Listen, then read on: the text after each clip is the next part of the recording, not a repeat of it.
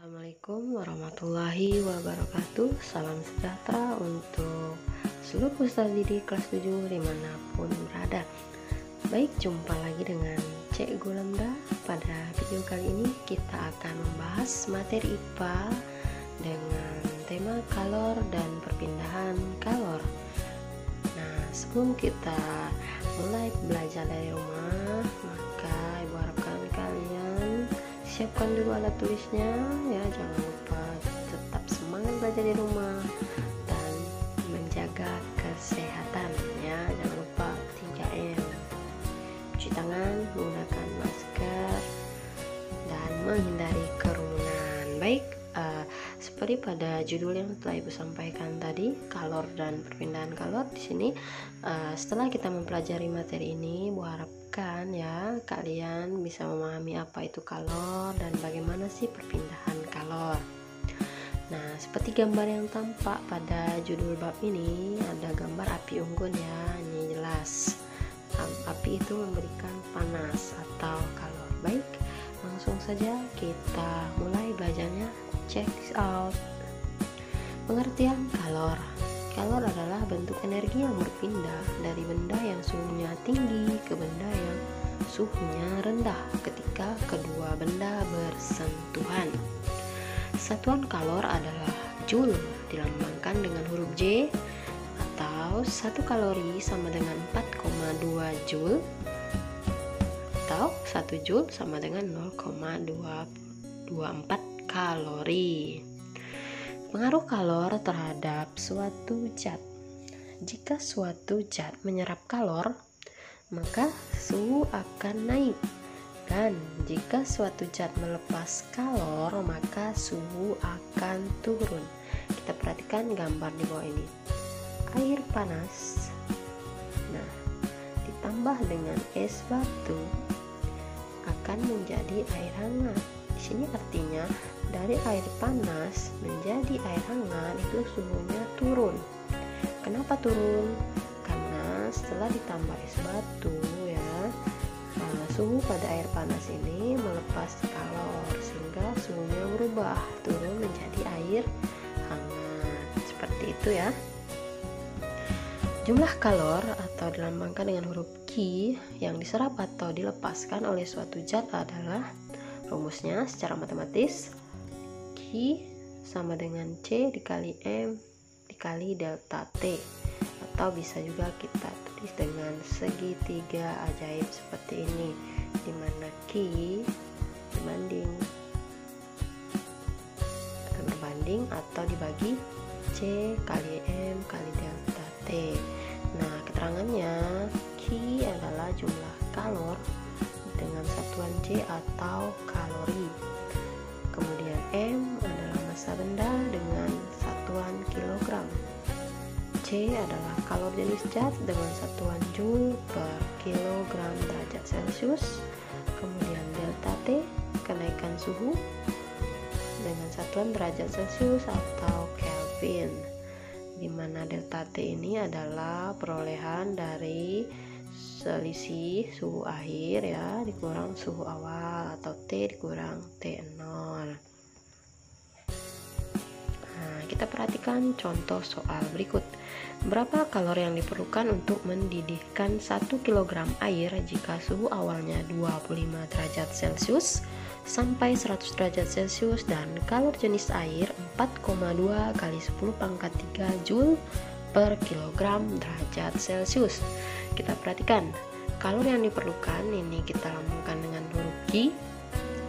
Kemudian 1 kg ini merupakan massa, lalu ini ya, suhu awal 25 derajat Celcius itu T0. Kemudian 100 derajat Celcius ini merupakan T air atau suhu air. Dan untuk kalor jenisnya itu adalah C ya, 4,2 kali 10 pangkat 3 joule per kilogram derajat Celcius. Nah, kita perhatikan rumus yang tadi, Q per M kali C kali delta T. Nah, penyelesaiannya diketahui M sama dengan 1 kg, C 4,2 kali 10 pangkat 3 Joule per kilogram derajat Celcius, T 0,25 derajat Celcius, T sama dengan 100 derajat Celcius, dimana delta T yaitu T dikurang T0 sama dengan 100 derajat Celcius dikurang 25 derajat Celcius, diperoleh hasil 75 derajat Celcius untuk perubahan suhunya. Yang ditanyakan adalah Q, atau tadi pada soal tertulis kalor yang diperlukan. Maka penyelesaiannya kita gunakan rumus Q sama dengan M kali C kali delta T. Nah, dimana 1 kg dikali 4,2 kali 10 pangkat 3 Joule per kilogram derajat Celcius dikali 75 derajat Celcius, maka diperoleh hasil 315 kali 10 pangkat 3 Joule, atau kita berubah Joule menjadi kilojoule, artinya berubah menjadi 315 kilojoule. Nah, jadi jumlah kalor yang diperlukan adalah 315 kilojoule. Oke, itu tadi ya penyelesaiannya. Baik, berikutnya kalor jenis. Kalor jenis adalah banyaknya kalor yang diperlukan untuk menaikkan suhu 1 kg derajat sebesar 1 kg zat sebesar 1 derajat Celcius atau 1 Kelvin, dengan persamaan seperti ini. C sama dengan Q dibagi M kali delta T. Kemudian kapasitas kalor adalah kemampuan satu zat menyerap kalor untuk menaikkan suhu menjadi 1 derajat Celcius lebih tinggi. Maka persamaannya diperoleh C sama dengan Q per delta T, atau C besar ya untuk kapasitas kalor sama dengan M dikali C. H sama dengan kapasitas kalor. Oke, selanjutnya pengaruh kalor terhadap perubahan wujud zat, jelas ya. Nah, zat ini bisa mengalami perubahan wujud. Nah, perubahan wujud itu terjadi seperti yang sudah Cikgu jelaskan pada video sebelumnya tentang suhu, yaitu terjadi karena melepas atau menyerap kalor. Nah, di sini dapat kalian perhatikan perubahan wujud zat ya, misalnya dari padat menjadi gas maka disebut dengan menyublim. Kemudian dari gas menjadi padat disebut mengkristal, dari padat menjadi cair disebut mencair atau melebur, dari cair menjadi menjadi padat disebut membeku, kemudian dari cair menjadi gas disebut menguap, lalu dari gas menjadi cair disebut mengembun. Nah, perubahan wujud zat yang melepas kalor adalah contohnya dari air menjadi membeku, ini melepas kalor, artinya suhunya turun. Kemudian mengembun, mengkristal. Nah, lalu perubahan wujud zat yang memerlukan kalor, misalnya untuk mencair, es yang dipanaskan ini ya, atau air dipanaskan menjadi mendidih, atau proses menyublim, ini membutuhkan kalor. Nah, berikutnya ada tentang kalor laten. Apa sih kalor laten? Kalor laten adalah kalor yang dilepaskan atau diserap pada saat perubahan wujud zat terjadi. Satuannya Joule per kilogram. Kalor laten ini terdiri dari dua, yaitu kalor lebur dilambangkan dengan huruf L, atau kalor beku rumusnya L sama dengan Q per M. Jadi kalor yang diperlukan atau dilepas pada yang berhubungan dengan kalor lebur adalah rumusnya Q sama dengan M dikali L, atau dibuat segitiga seperti ini ya. Kemudian kalor lebur adalah kalor yang diperlukan oleh satu satuan massa zat padat untuk mencair atau melebur pada titik leburnya. Titik lebur adalah suhu zat ketika melebur. Kalor beku adalah kalor yang diperlukan oleh satu satuan massa zat cair untuk membeku pada titik bekunya. Titik beku adalah suhu zat ketika membeku. Nah, di sini ada gambar grafik perubahan wujud cair ya, kita lihat keterangannya dari posisi A ke B. Di sini wujud zatnya masih berupa wujud es ya. Di sini kita lihat suhunya masih 0 derajat. Kemudian perubahan dari B ke C, kita lihat wujud es dan air ya, karena di sini terjadi proses melebur dari es menjadi air. Nah, titik lebur es sama dengan titik beku air, yaitu 0 derajat Celcius. Maka di sini grafiknya lurus, kita perhatikan. Nah, kemudian selain kalor lebur tadi ada kalor uap, dilambangkan dengan huruf U atau kalor embun. Rumusnya yaitu U sama dengan Q per M atau Q sama dengan M kali U. Bisa juga ditulis dengan segitiga seperti ini. Kalor uap adalah kalor yang diperlukan oleh satu satuan massa zat cair untuk menguap pada titik didihnya. Titik didih adalah suhu zat ketika mendidih. Kalor embun adalah kalor yang diperlukan oleh satu satuan massa gas untuk mengembun pada titik embunnya. Titik embun adalah suhu zat ketika mengembun. Nah, di sini kita perhatikan perubahan wujudnya. Melanjutkan grafik yang tadi ya, di sini kita lihat perubahan dari C ke D. Di sini kita perhatikan dari C ke D ini suhu itu dari 0 derajat sampai 100 derajat. Di sini wujudnya berupa air ya, masih cair. Nah, ketika sudah berubah dari E ke E ya, di sini kita perhatikan grafiknya sudah lurus. Di sini artinya terjadi perubahan wujud zat, yaitu menguap ya, dari wujud air dan wujud uap di sini. Nah, disitulah terdapat titik uap air sama dengan titik embun uap, yaitu 100 derajat Celcius.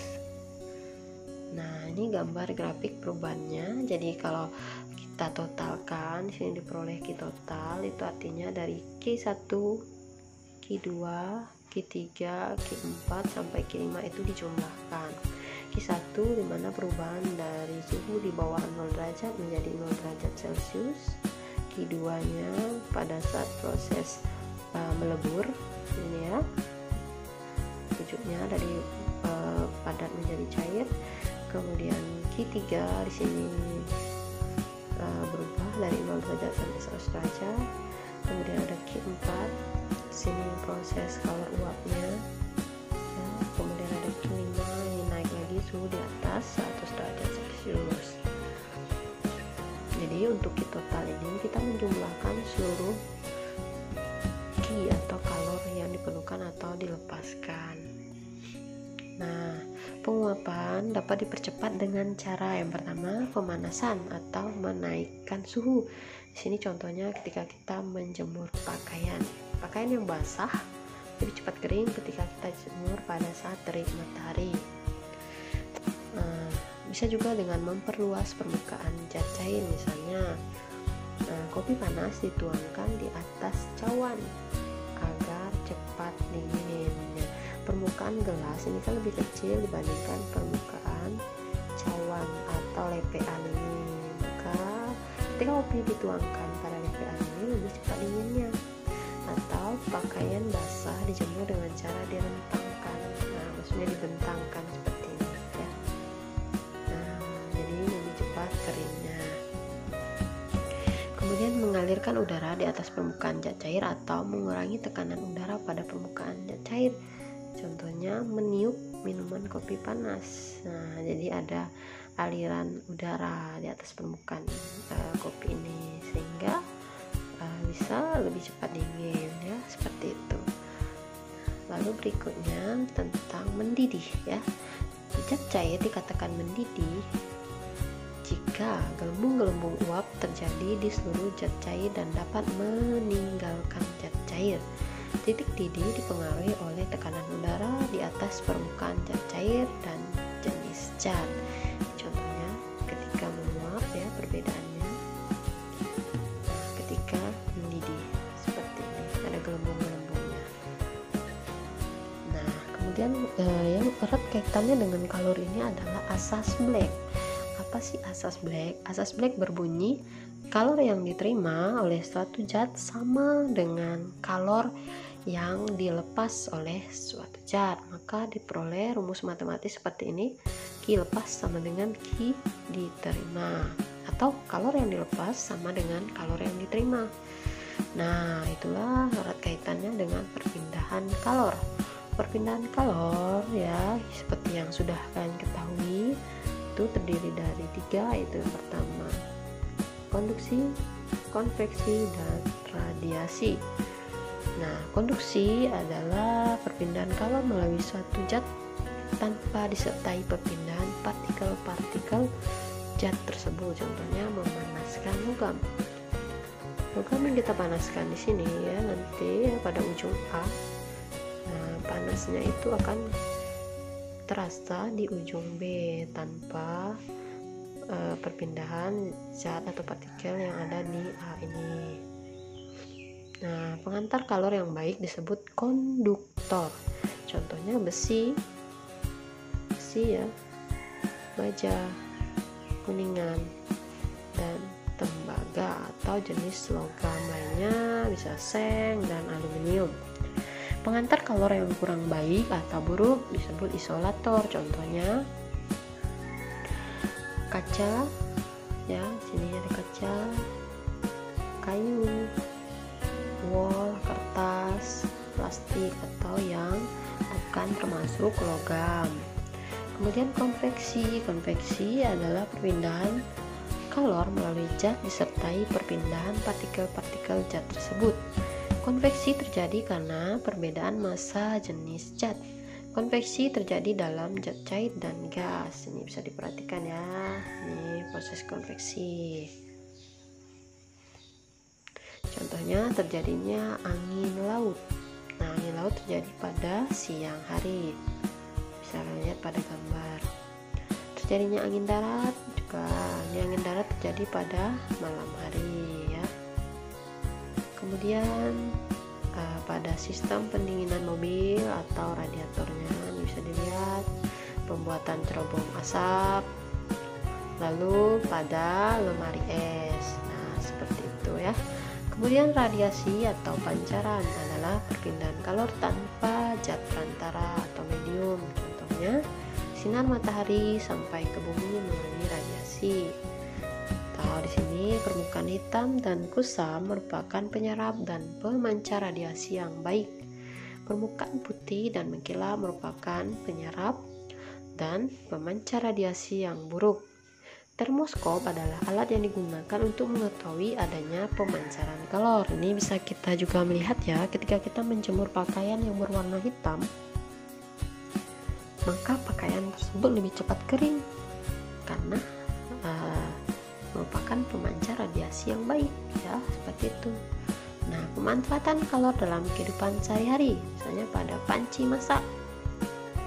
Nah, di sini kita lihat bagian panci ini ya berbahan mengkilap, lebih banyak menggunakan aluminium, termasuk konduktor atau pengantar panas yang baik, supaya masakan lebih cepat masak. Sedangkan pegangannya ini pada tutup juga itu berbahan isolator, jadi pengantar panas yang kurang baik, sehingga pada saat kita menggunakan alat ini tidak membahayakan kita ya, seperti itu.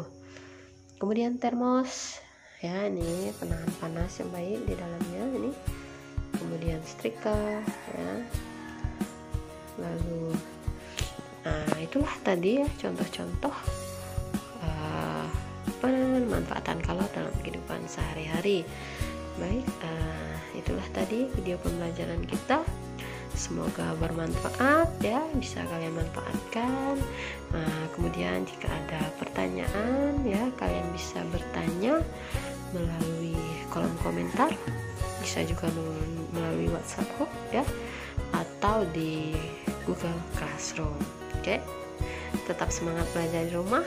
Sampai jumpa di video berikutnya. Wassalamualaikum warahmatullahi wabarakatuh. Salam sejahtera dan